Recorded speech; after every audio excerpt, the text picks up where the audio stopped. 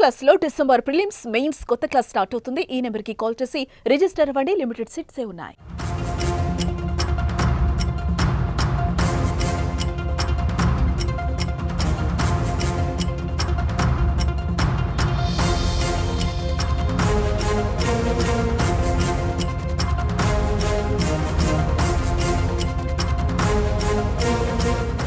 తెలంగాణ ముఖ్యమంత్రి రేవంత్ రెడ్డితో సినీ ప్రముఖులు సమావేశమయ్యారు. కమాండ్ కంట్రోల్ సెంటర్లో జరిగిన ఈ సమావేశానికి దిల్ రాజు నేతృత్వంలో 36 మంది హాజరయ్యారు.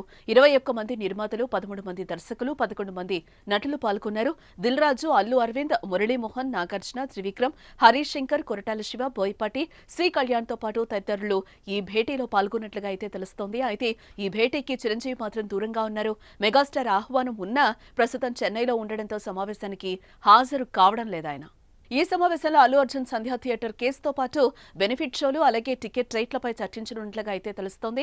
అసెంబ్లీ వేదికగా సంధ్యా థియేటర్ వద్ద జరిగిన పరిణామాలు, అల్లు అర్జున్ మానవత్వం లేకుండా ప్రవర్తించారని సీఎం ఫైర్ కావడం, ఇండస్ట్రీకి వార్నింగ్ ఇవ్వడం ఇప్పుడు హాట్ టాపిక్ గా మారింది. అల్లు అర్జున్ తీరుపై ముఖ్యమంత్రి రేవంత్ రెడ్డి తీవ్ర విమర్శలైతే చేశారు.